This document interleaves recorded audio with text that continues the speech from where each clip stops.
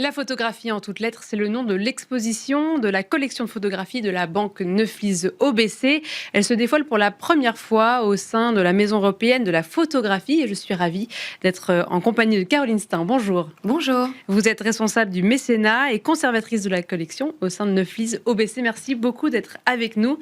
Tout d'abord, est-ce que vous pouvez nous décrire un petit peu la collection d'entreprise ? Quels sont les chiffres clés ? Quels artistes sont présents dans cette collection ? Merci Sybille. Je suis ravie en effet de venir vous présenter notre collection d'entreprises qui célèbre cette année ses 30 ans.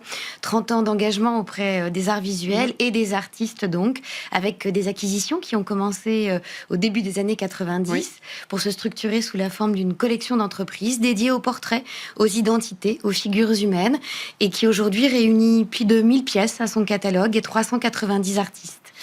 Comment est-ce qu'on commence une collection comme ça ? Ça fait 30 ans, vous disiez. À quel moment on se dit justement, on veut mettre les identités en valeur, on veut particulièrement se tourner vers la photographie ? Comment ça se passe, ce début de collection ? Alors c'est passionnant, évidemment, il s'agit d'un engagement, il s'agit d'un souhait de la part de la direction de se dédier à un médium artistique. Et à l'origine, pour Neuflize OBC, la direction de l'époque cherchait à fédérer, cherchait aussi à créer une identité pour notre maison et la photographie émergeait. Elle trouvait ses lettres de noblesse à la fois dans les grands musées, dans les grandes institutions et le marché émergeait avec l'apparition aux États-Unis des premières grandes galeries dédiées à la photographie et donc en France avec les premières éditions du Salon Paris Photo.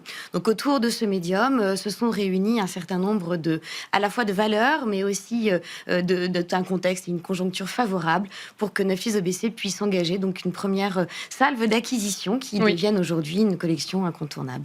Ça fait partie des seules collections d'entreprises tournées vers la photographie.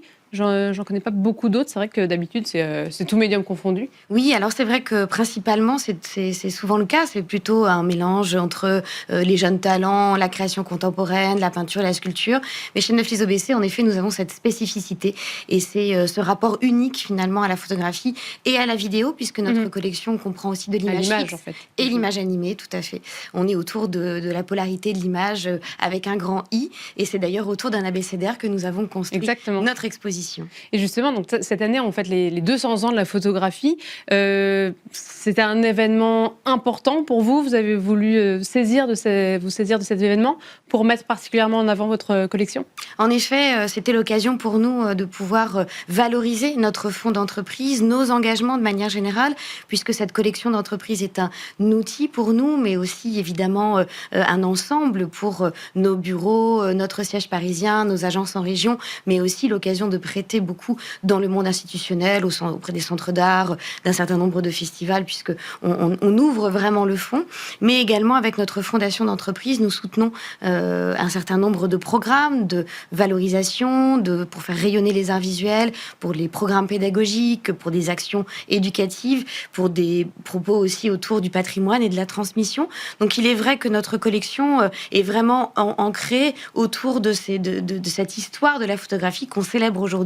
Et donc, les 200 ans de la photographie, portés par le ministère de la Culture, s'étalent sur 2026 et 2027. Et c'est l'occasion pour nous, pour la première fois à Paris, de montrer notre collection d'entreprises. Donc, vous avez pensé à un abécédaire de la photographie. Comment est-ce que ça s'est mis en place, cette exposition ? Comment est-ce que vous l'avez travaillée ? Alors, avec la Maison européenne de la photographie, nous sommes très en lien depuis 30 ans. Je l'expliquais avec notre fondation d'entreprise qui soutient les ateliers jeunes publics au sein de l'institution. Mais nous avons également constitué notre collection de manière conjointe et on va dire concomitante. Et de fait, il y avait une histoire commune à raconter. Et donc, cette exposition que nous présentons en ce moment et jusqu'au 13 septembre s'articule autour d'un abécédaire. Pourquoi ? C'était pour ouvrir finalement le champ à la fois de ne pas rester dans un rapport chronologique, ne pas rester dans un rapport thématique, mais permettre un parcours ludique, accessible, assez ouvert, où les œuvres se confrontent, se correspondent et peuvent créer des moments ou de décalage ou de surprise. Et avec la Maison européenne de la photographie, photographie. Nous l'avons co-construit avec Clotilde Morette, qui est co-commissaire de cette exposition et directrice artistique de l'institution. Et nous avons donc ensemble vraiment mené cette réflexion autour des lettres de l'alphabet pour trouver comment illustrer et comment raconter l'histoire de nos acquisitions, l'histoire de nos maisons respectives et l'histoire d'une création photographique majoritairement française. Avec des œuvres qui remontent entre 1920 et aujourd'hui, il y a un peu tout type de photographie. Tout à fait. Nous avons à la fois des œuvres historiques, des œuvres plus plasticiennes, un rapport documentaire, des installations. Nous avons des œuvres donc à la fois de Claude Cahun qui remontent à 1928. On a Florence Henry qui arrive peu de temps après. Nous avons également l'école du Nord avec Elina Brotherus, ou bien l'école de Düsseldorf avec Candida Hofer. Mais nous avons aussi des écritures très contemporaines. Alors vous avez pu le constater et j'invite vraiment le public à s'y rendre, mais nous avons réussi à créer un ensemble avec une variété de styles, d'époques donc, et de différents mouvements et de différentes écritures. Comment ça se passe l'acquisition? C'est chaque année, il y a un bureau, comment ça s'organise? Les acquisitions au sein de Naflys OBC sont pilotées par un comité ad hoc qui prospecte, qui cherche, qui enquête, qui découvre, qui au fur et à mesure de nos pérégrinations dans les galeries, j'entendais parler de la foire de Bâle tout à l'heure, dans un certain nombre de festivals, de rencontres, de salons, auprès de photographes, évidemment, de lecture de portfolio, d'agents, de marchands, nous allons sourcer des talents, nous allons sourcer des œuvres et nous réfléchissons, donc nous sommes 4 personnes, 2 au sein de Naflys OBC et 2 experts qui sont nos labels pour venir justement nous renseigner, mais aussi porter leurs connaissances à notre endroit pour sélectionner les œuvres qui vont entrer dans notre fonds et que nous proposons ensuite à la direction générale de Naflys OBC pour que cette collection d'entreprise, elle vive vraiment au sein de l'entreprise et qu'elle ne soit pas imposée, mais qu'elle soit partagée. C'est ça, parce que ça passe par quoi? Parce que là, cette année, c'est particulier, parce que c'est les 200 ans de la photographie. Mais est-ce que chaque année, il y a des événements pour la mettre en valeur? Comment ça se travaille, en fait, la valorisation d'une collection? Tout à fait. Alors, les 200 ans de la photographie, donc, c'est l'occasion de célébrer la naissance de la photographie avec le ministère de la Culture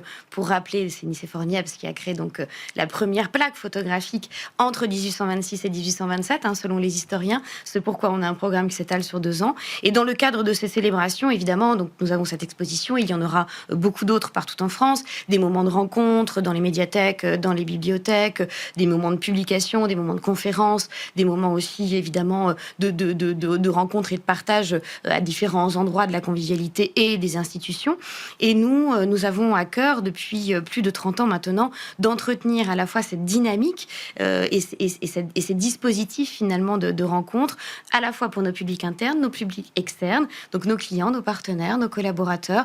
Et le comité se réunit donc plusieurs fois par an et nous proposons des accrochages régulièrement renouvelés dans nos agences en région, des prêts, comme je le disais tout à l'heure, auprès d'institutions de centres d'art et des projets de publication aussi avec des podcasts, des rencontres, des moments aussi, on va dire, plus informels autour de la collection et des rencontres avec des photographes et des résidences également en entreprise. Est-ce que vous la valorisez, cette collection? Vous savez mettre une valeur sur toute la collection? Tout à fait, nous la valorisons et tous les 3 ans, nous menons ce qu'on appelle un récollement pour faire en sorte d'inventorier l'ensemble des pièces. Et aujourd'hui, c'est une des collections, vous en parliez tout à l'heure, les plus reconnues donc en tant que collection d'entreprise, j'entends, pas de collection privée de manière générale, mais une des plus reconnues.